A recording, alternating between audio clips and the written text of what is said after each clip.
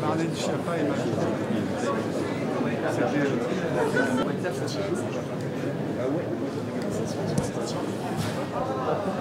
Moi je pense pas. Moi je pense qu'il va la recycler.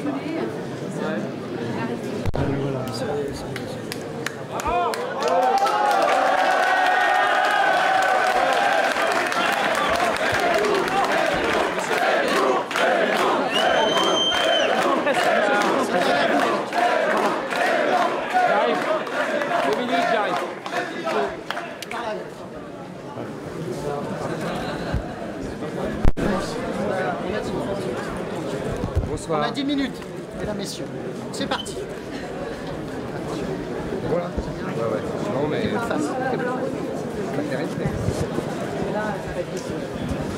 Allez. Monsieur Zemmour, quels sont vos points de désaccord avec Michel Boulet essentiellement?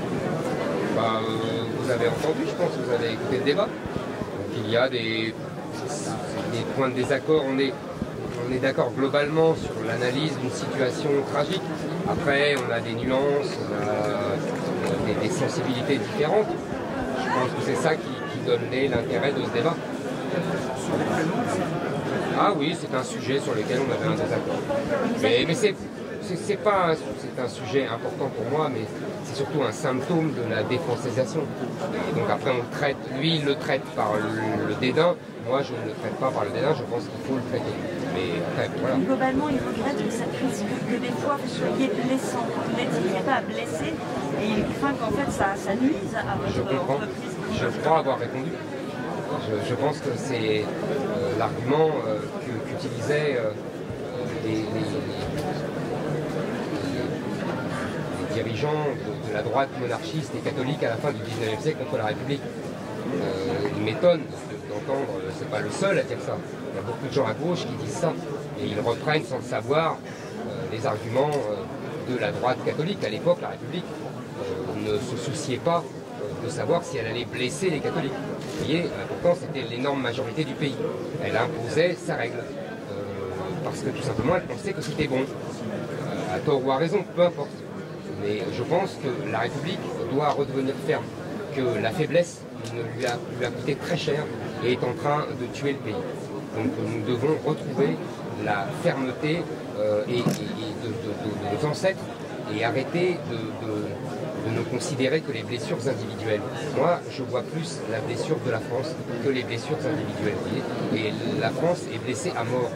Donc les blessures individuelles devront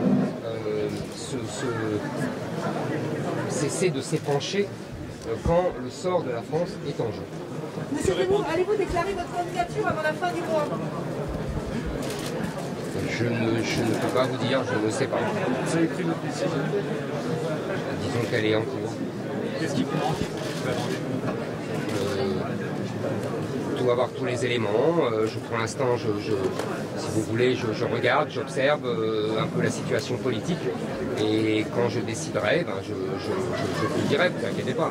Vous savez, à chaque fois qu'on se voit, vous n'allez pas me redemander quand est-ce que je vais me présenter, quand est-ce que je vais prendre ma décision. Voilà, je vous l'ai dit, je la prendrai, vous inquiétez pas, et vous serez avertis. Les sondages vous attribuent 15%. À quoi vous attribuez ce succès, cette percée de non-campagne pour l'instant? Et parce que je pense que ce que je dis est entendu par le pays et qu'il y a une partie du pays qui attendait ce discours depuis des années, depuis des décennies. J'ai vu que M. Borrello parlait de virus. C'est comme ça qu'il méprise les Français, mais venant de lui et venant de gens d'En Marche, ça ne m'étonne pas. Ces gens-là méprisent les Français.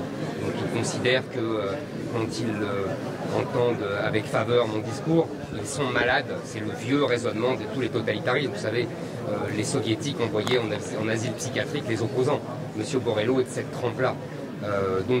Voilà, je pense au contraire que beaucoup de Français attendaient ce discours-là, attendaient qu'on leur parle de la France, qu'on leur dise ce qu'ils ressentent. C'est-à-dire que le pays est en danger de mort, que le pays est subverti par une vague migratoire inouïe, que des pans entiers du pays sont devenus des enclaves étrangères, islamisées. Je pense que ce discours-là, beaucoup de Français l'attendaient et ne l'entendaient jamais. Je Vous avez été l'entendais vous-même jamais. surpris par votre succès? J'ai été surpris, favorablement surpris, surtout que ça aille aussi vite. Franchement, en un mois, passer de 3 à 15, je demandais aux sondeurs, mais je ne suis pas sûr qu'ils aient déjà vu ça. Si vite au point d'être mal préparé, pas encore préparé, il faut structurer votre campagne si elle a lieu. Vous avez raison. Vous n'êtes pas prêt? Non,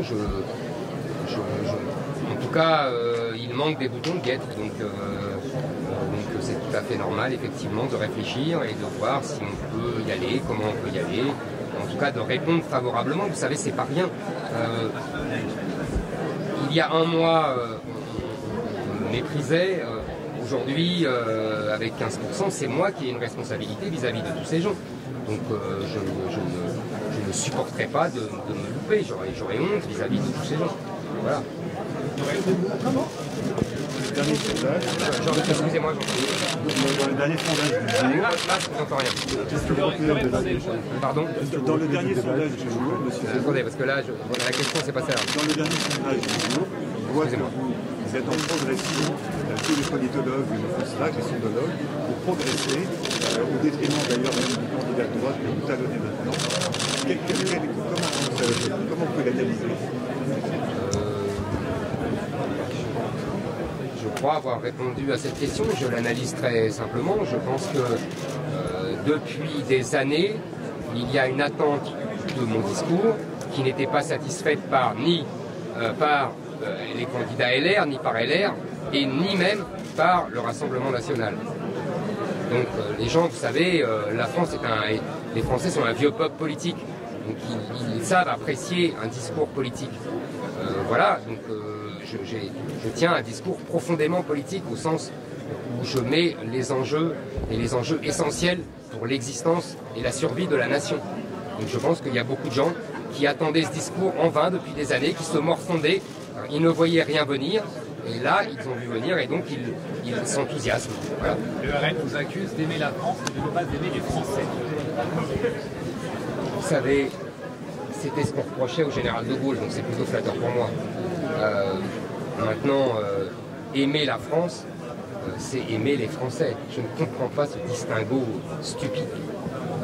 Aimer la France parce qu'il y a des Français. Et aimer la France pour que les Français puissent faire perdurer la France. On a une responsabilité, nous, Français du XXIe siècle, de pérenniser la France que nous ont léguée nos ancêtres. Donc c'est un distinguo que j'allais vous dire politicien. Mais bon, c'est comme ça. Vous en avez pris ce matin, Olivier Véran, vous vous placez en duel avec l'exécutif aujourd'hui? Je ne me place pas en duel, c'est Olivier Véran, vous m'accordez que c'est Olivier Véran qui a parlé de moi comme un aventurier et qui a dit que voilà, il regrettait mon succès. Donc je lui réponds. Vous savez, il faudra vous habituer, hein. Je ne suis pas dans la tactique. Voilà. Donc, il faudra vous habituer parce que je ne suis pas dans la tactique. Vous avez parlé longtemps ce soir, discuté longtemps, pourtant vous avez évité tout un tas de sujets pourtant importants qui intéressent les lecteurs du Front populaire, sur les retraites, sur l'industrialisation, beaucoup de choses que vous n'abordez pas. Chère madame, j'ai rien évité. On m'a posé des questions, j'ai répondu aux questions. Il faut demander ça à l'organisateur et au présentateur. Moi, je n'évite rien. Vous remarquerez que quand j'étais à Lille, j'ai parlé du travail, j'ai parlé de l'industrie. Voilà, rien ne me gêne. Je peux parler de tout.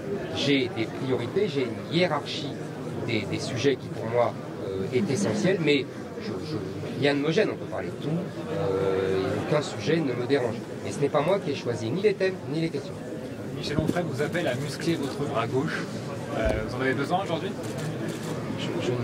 Je pense que, il l'a dit lui-même d'ailleurs, ce n'est pas une question de droite et de gauche. C'est une question simplement, veut-on vraiment se battre pour conserver la France telle que nous la connaissons, et telle que nous l'avons connue, et telle que nos parents nous l'ont transmise, ou non? Ou acceptons-nous qu'elle bascule dans une civilisation qui ne serait plus chrétienne et gréco-romaine? Voilà, c'est tout. C'est ça l'enjeu. La droite et la gauche, c'est un peu petit à côté de ça, vous voyez. Je pense que la grande partie de la gauche, c'est là où on retrouve votre clivage, la grande partie de la gauche est déjà passée à autre chose. Elle ne veut plus de la France telle que je viens de la décrire. Il reste à droite des classes populaires, une bourgeoisie patriote qui, elle, n'a pas fait son deuil de la France, qui ne veut pas de la créolisation dont parle M. Mélenchon, qui n'est en fait que l'islamisation du pays, et qui donc va essayer de battre pour éviter cela. Je pense que je suis le porte-parole de cette France-là. En tout cas, c'est ce qui semble depuis un mois. Est-ce qu'un homme qui n'est pas du Sérail peut gagner une présidentielle en France? Je ne sais pas. C'est une question à laquelle les Français répondront si je suis candidat. Moi, encore une fois, je ne me pose pas cette question. Je pense que le génie de l'élection présidentielle française dans la Ve République, c'est que ce n'est pas le régime des partis. Et que vous connaissez la formule célèbre, c'est la rencontre entre un homme et un peuple. Le général de Gaulle l'a voulu comme ça. Donc s'il avait voulu qu'il n'y ait que des gens du sérail, comme vous dites, ça voulait dire des représentants des partis, des chefs de partis, etc., il ne l'aurait pas fait, cette élection du président de la République au suffrage universel. Donc je pense que nous sommes, et je suis, dans la pure logique de la Ve République et de ce qu'a voulu le général de Gaulle. Dernière question, merci. Vous refaites ce que Emmanuel Macron faisait à la dernière présidentielle, ni droite ni gauche. Le curseur, c'est vous. Si vous me trouvez un point de comparaison avec Emmanuel Macron et que c'est celui-ci, j'en prends acte et j'en accepte l'augure. C'est-à-dire que le curseur aujourd'hui, c'est l'identité souverainiste, c'est quoi, c'est le sens de l'histoire, c'est le repli à ses frontières. Alors, ne caricaturez pas. Non, je vous demande. C'est, je vous répète, ce que j'ai dit tout à l'heure à votre collègue, c'est nous battre pour conserver la France telle que nous la connaissons et telle que nous l'avons connue. Et qu'on ne change pas de civilisation, qu'on ne soit pas grand remplacé par une autre civilisation. C'est ça l'enjeu.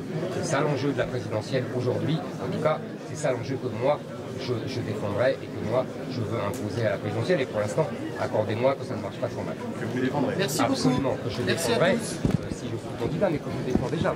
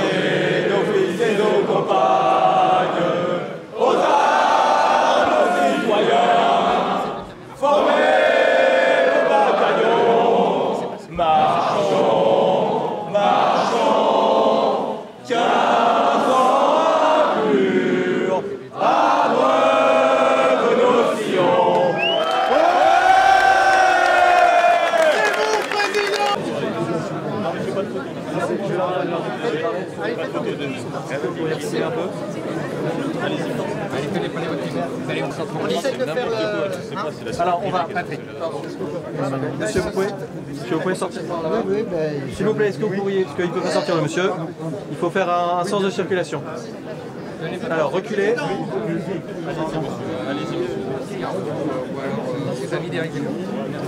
Livre, s'il vous plaît. Merci, merci, merci.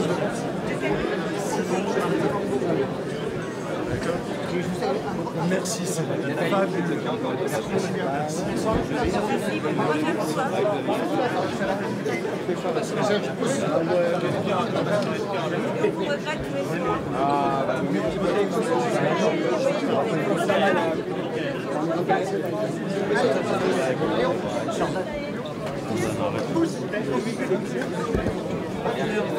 Je vous demande de reculer, s'il vous plaît, la distance. Merci. Merci. Et on passe par là. Livre uniquement. Merci, M. Zemmour. Livre, s'il vous plaît, allez. Merci. Restez à un mètre. Si vous avancez, tout le monde avance. Merci.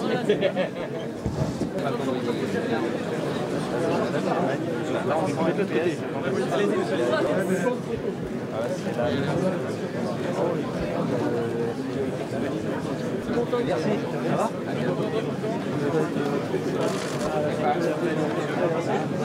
Ça va?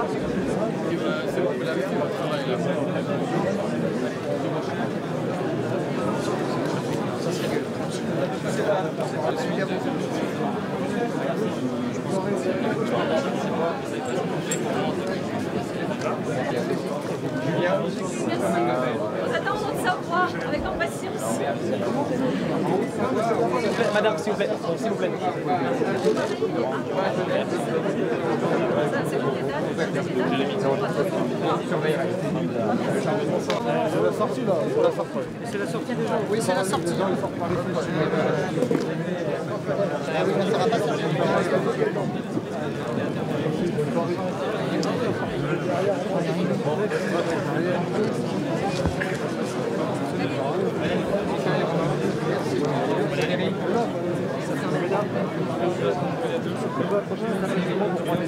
Juste tant que ça tant qu'il n'y a pas de problème de fluidité.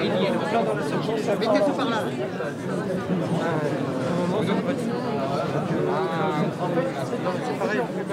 Ah oui.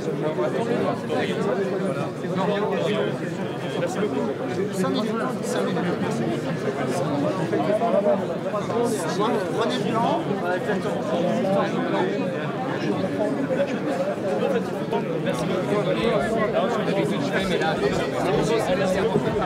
Merci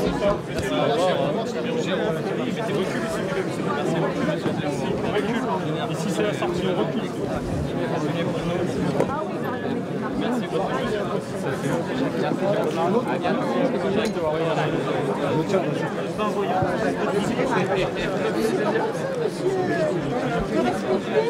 Voilà.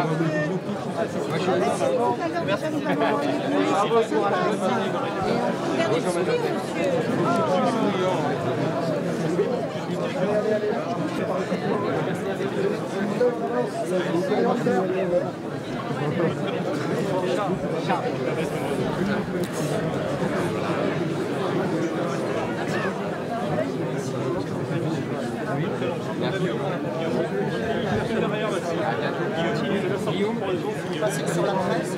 Vincent. Oui, tout est dit.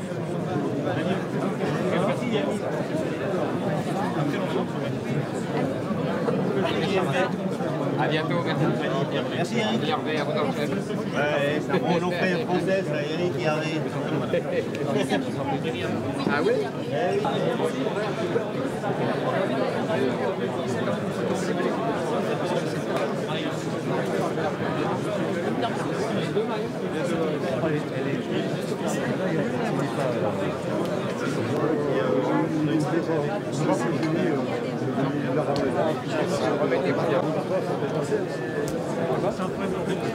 On va le garder.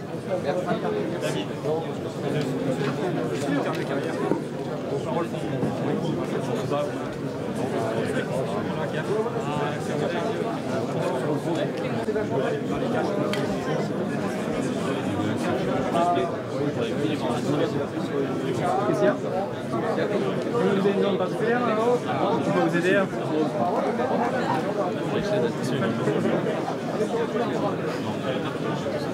Ça va? Je te gêne pas là. J'ai pas de crâne.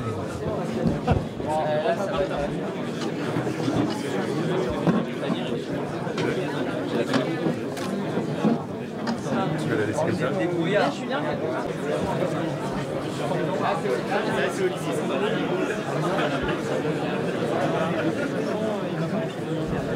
Voilà, c'est merci. Allô?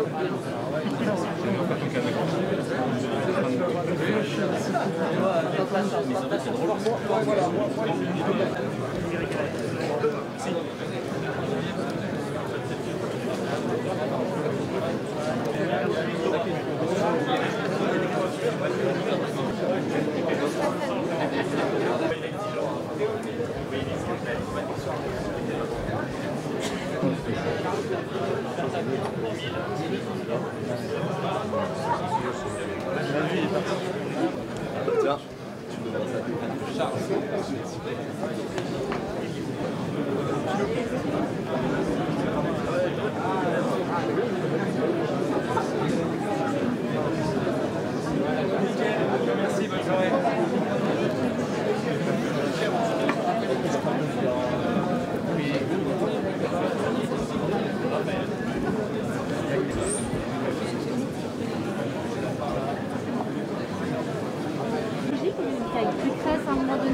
Non, j'ai travaillé surtout pour François Léotard, Jean-Pierre Soisson, Jean-Pierre Raffarin, puis pour l'UMP avec Alain Juppé sous sa présidence, et puis Nicolas Sarkozy. J'étais directeur adjoint de la com de l'UMP jusqu'en 2007. J'ai travaillé avec un peu avec j'ai un panel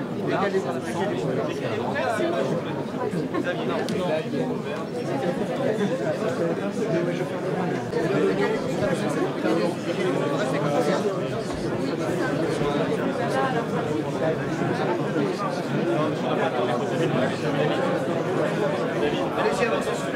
Monsieur, s'il vous plaît, avancez. Décalez-vous ce matin, décalez-vous. Avant le congrès.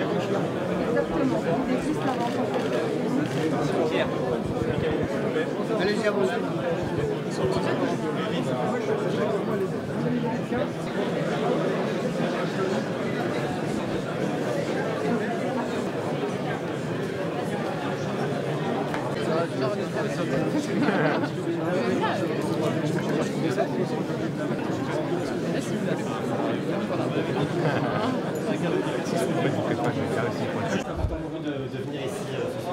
Déjà parce que c'était ma première conférence politique, ça fait longtemps que je suis M. Zemmour, mais aussi M. Onfray, et les voir confronter leurs idées, c'était pour moi un moment important.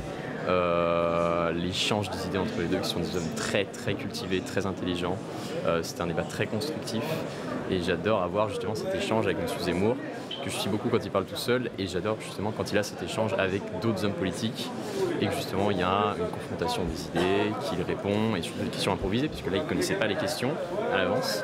C'était vachement intéressant de le voir un peu à l'improvisation.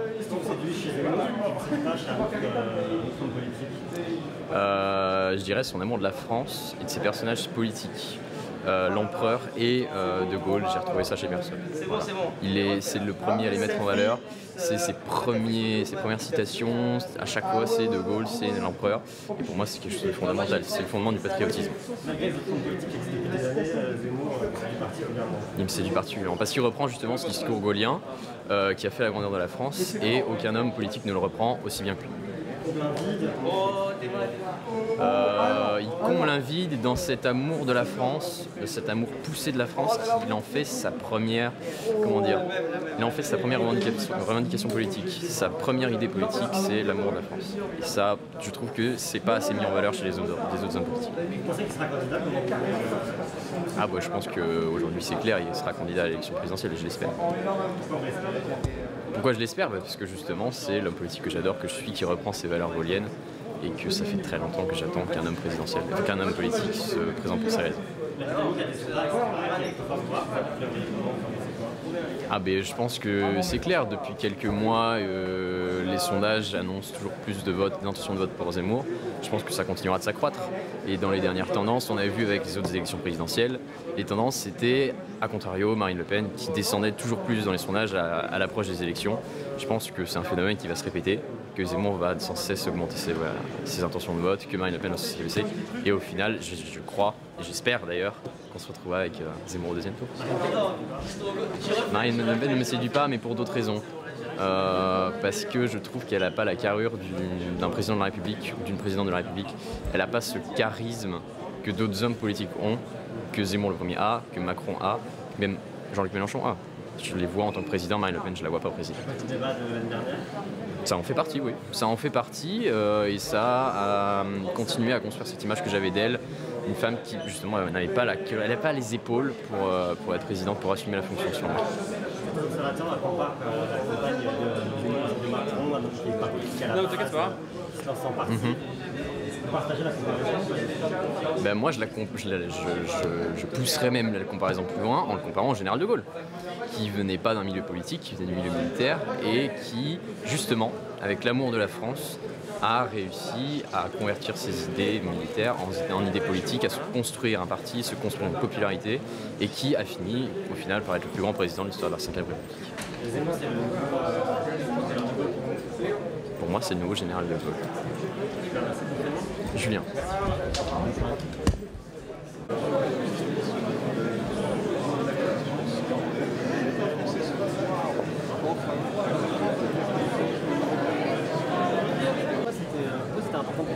Pourquoi c'était important de vous de venir ici ce soir?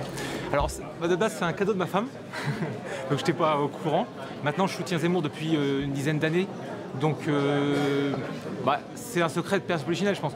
Il va peut-être être candidat, il y réfléchit en tout cas, et c'est vrai que apporter un soutien à une éventuelle candidature, c'est vraiment important pour nous. Tout. Parce qu'en fait, bon, moi je ne cache pas, je suis un ancien. Enfin, avant j'étais républicain, et clairement ils m'ont tellement déçu parce que par l'inaction, en fait, et la politique de Macron, je ne la supporte pas, et les républicains ils sont maintenant la même chose que Macron, c'est la même chose. Donc lui c'est le seul à droite à avoir d'autres idées, des idées nouvelles. Et en fait je sais que ces idées, ils sont cohérentes, et ça fait des années qu'il les soutient. Donc en fait, il est direct, il sait dire les choses. Voilà, il a une culture qui est exceptionnelle. Sur un plateau, il est seul contre tous, il maintient son idée, et c'est ça que j'apprécie chez lui. Voilà. Non, du tout. Tout simplement parce que personne Marine Le Pen, je pense qu'elle n'a pas les compétences en fait. Au débat du second tour, elle nous a énormément déçus, et voilà. Et j'ai jamais été Front National. Enfin, c'est pas une question de. Non, j'ai jamais été Front National. C'est pas une question comme ça, j'ai toujours été républicain, voilà. Tout. Et pour moi, Éric Zemmour, c'est ça en fait. J'imagine que vous espérez qu'il soit candidat à la présidence. J'espère. Pourquoi ça serait Pour moi, c'est le seul candidat qui a, les compétences en fait pour la France. Vous voyez, c'est-à-dire qu'en fait, je préférerais un débat, franchement, entre Macron et Zemmour, un vrai débat, et je suis sûr que Zemmour l'emportera. J'espère. Faut qu'il soit candidat. Ils sont passionnés. Oui. Parce qu'en fait, on subit la violence au quotidien. Ma femme, elle a été agressée l'an dernier sur Paris. On a des soucis avec des gens qui viennent nous embêter devant notre immeuble et tout ça. Du tapage nocturne, du tapage de jour en journée. On appelle la police, elle ne vient pas. Ils ne peuvent rien faire. Et donc, vous voyez, c'est toutes ces choses que lui, il parle de ce plateau, que personne ne dit. Personne n'en parle de ça. Et ça tout le monde s'en fout. Vous voyez, c'est ça qui me gêne. Et c'est ça qui fait que lui, au moins, il représente pour nous un espoir. Non. Je dis pas non, mais enfin si je dis non. Parce que Trump, il était gentil, mais on l'a pas écouté dans le texte vraiment. Lui, c'est un intellectuel. Enfin, ça n'a rien à voir. C'est-à-dire que vous voyez, on parle du Coran, lui, il l'a lu. Lui, il peut en parler, lui, il sort les phrases du Coran. Il n'y a pas de problème. Vous voyez ce que je veux dire. C'est un intellectuel, il sait de quoi il parle. D'autres personnes le comparent aussi à Macron, c'est-à-dire à sa campagne, il n'est pas politicien, il n'y a pas de parti. C'est ça que je pense. C'est ça que je pense. Je pense qu'en fait, on est parti à 3% au mois de juin ou 5% dans les sondages. Aujourd'hui, j'entendais à 15%. Et en fait, je pense qu'il y a une dynamique qui se joue. Je vois que les gens, ils en parlent entre eux. Je vois qu'il n'y a pas... Les gens en parlent. Vous voyez, il n'y a pas de problème par rapport à Zemmour. Et dans mon entourage, les gens commencent à être favorables à lui. En fait. Que des gens avant qui étaient Le Pen ou qui étaient républicains, vous voyez. C'est vraiment, je pense que c'est cet électorat-là qui vise. Vous pensez que c'est ça qui va le faire élire? Oui. Enfin, oui, s'il se présente, bien sûr. C'est pareil. Est-ce qu'il va se présenter? Vous avez beaucoup là-dessus Moi, je pense que oui, mais maintenant, c'est à lui de prendre la décision, c'est pas à moi. Voilà. S'il se présente, vous votez pour qui? Je sais pas. Sincèrement, je sais pas. Pour l'instant, non. Pour l'instant, non. Je sais pas. Peut-être les Républicains, mais... Et qui avec les Républicains aussi? Tout dépendra qui sera élu. Madame, vous voulez répondre à une question? Bien sûr. Oui, on va essayer. Pourquoi c'est important pour vous de venir ici? C'est plus important en fait pour mon compagnon parce que c'est lui qui a apprécié Zemmour, donc il m'a fait un peu découvrir le monde de la politique. Alors essayer de rentrer dans ce monde-là, c'est assez intéressant. Vous n'étiez pas du tout dans la politique? Non, pas du tout. J'étais de droite. Oui, j'étais de droite, mais je m'y intéressais pas. Je regardais pas forcément les débats, enfin en tout cas télévisés et tout. Donc je m'y intéresse un peu plus en grandissant, en étant un peu plus mûr et tout. Et c'est Zemmour qui vous a fait vous intéresser Non, je m'y intéressais déjà avant, déjà par mon travail, et puis il y a certains politiciens qui m'intéressaient et tout, donc je m'y intéressais, mais c'est vrai que le fait que M. Zemmour se présente, et qu'il ait des convictions, des choses qui nous intéressent et tout, c'est bien. Qu'est-ce qu'il a en plus que d'autres n'ont pas? La franchise, déjà. C'est-à-dire essayer de dire les choses que plein de gens ont cachées durant des années ou ont essayé de contourner pour pas brusquer le monde et pour essayer de récupérer des voix. Et lui, le fait qu'il soit franc et qu'il dise que les choses qui ne vont pas, moi c'est ça que j'apprécie. Vous pensez que c'est un politique du coup qui peut rapprocher des gens à la politique, à ramener des gens à s'intéresser à ce domaine-là? Oui, je pense. Après, le fait qu'il s'adresse aux gens et tout, de n'importe quelle classe sociale, je pense qu'il peut ramener du monde, ouais. Vous étiez LR, c'est ça, avant? Oui. Pourquoi vous êtes non plus Zemmour? Qu'est-ce qui vous a séduit qu'il n'y a pas chez les Républicains? Là, déjà, actuellement, quand on regarde les primaires des Républicains, il y a énormément de candidats, du coup, ils se divisent. Je ne suis pas sûre que le républicain qui sera élu dans ce parti-là me convienne. Donc M. Zemmour m'a intéressée au niveau de son pas son programme, mais des idées qu'il présente, et moi je m'orienterai plus vers lui. Comment Marine Le Pen? Non, je pense que Marine Le Pen a fait son temps malheureusement, et elle n'est pas assez franche, et je la vois pas du tout présidente. Le débat de l'année dernière participe à ça de façon unique? Oui, c'est possible, ouais. Ce que je peux rajouter quand même, c'est que Marine Le Pen aussi a un discours très à gauche. Ça peut surprendre les journalistes, oui, je reconnais, mais elle est très à gauche. Ça veut dire sur les questions économiques, elle et Mélenchon, pas de différence. Sincèrement. C'est aussi autre chose que j'ai oublié de vous dire. Voilà. Marine Le Pen, elle est à gauche oui. Économiquement ou plus? Économiquement. Voilà. Votre prénom? Ne bougez pas. Mais...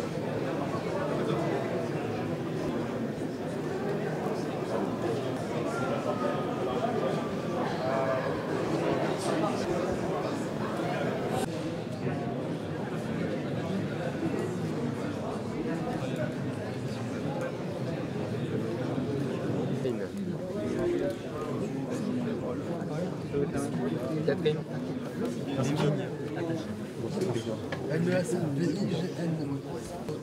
Paul.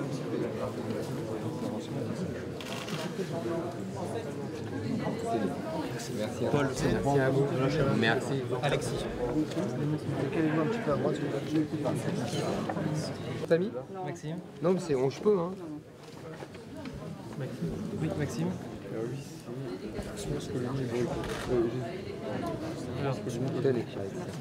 Merci. Tu m'as dit Maxime. Maxime. France, colonie et Jésus-Christ. Voilà, Maxime.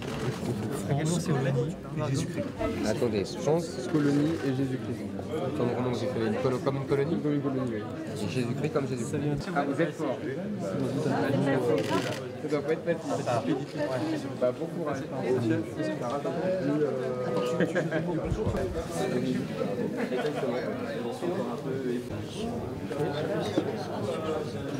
C'est bon? Vous voyez avec là? Ah bah très bien. Pas de soucis. Non. Pourquoi avoir choisi un homme comme Olivier Bédard? Comment vous l'a recommandé? On me l'a recommandé parce que j'en ai entendu parler tout le temps de la campagne de Sarkozy et voilà, il était proche de gens autour de Sarkozy comme Franck Louvrier et donc voilà. Il fait des campagnes politiques, il fait des candidats normalement. Ça, je ne me suis pas posé la question, mais voilà. Et qu'est-ce que vous appréciez chez lui? Son humour. Juste une question sur le débat. Michel Onfray a dit qu'il était d'accord avec vous sur l'immigration. Notamment, il a parlé de grand nettoyage. Vous savez ce qu'on va vous dire? C'est son expression. Je crois qu'il y en a besoin. Je ne vais pas reprendre les expressions des autres. Non, mais il faut parler de grand nettoyage quand on parle d'immigration aujourd'hui. Je sais. En tout cas, il faut remettre tout à plat. Oui, ça c'est sûr. Mais vous reprenez pas cette expression. Merci. Vous savez, moi j'ai l'habitude d'avoir mes propres mots, donc chacun ses mots. Hein. On a pas eu le temps. Je vous les rends. Alors, Freddy. C'est bien ça, hein? Freddy.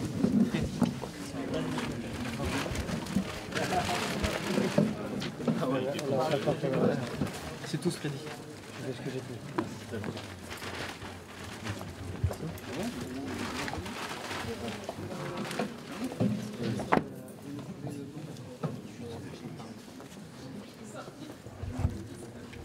Bien, merci beaucoup. Et le dernier. Bonne soirée.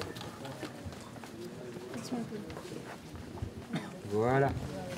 Merci à vous. Bonne soirée. Bonne soirée. Merci. Merci à tous. Merci à vous, monsieur Zemmour. Merci à vous.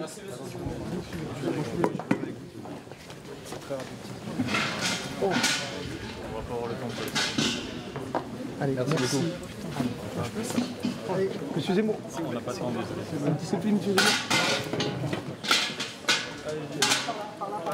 Voilà. Allez, attention, marche.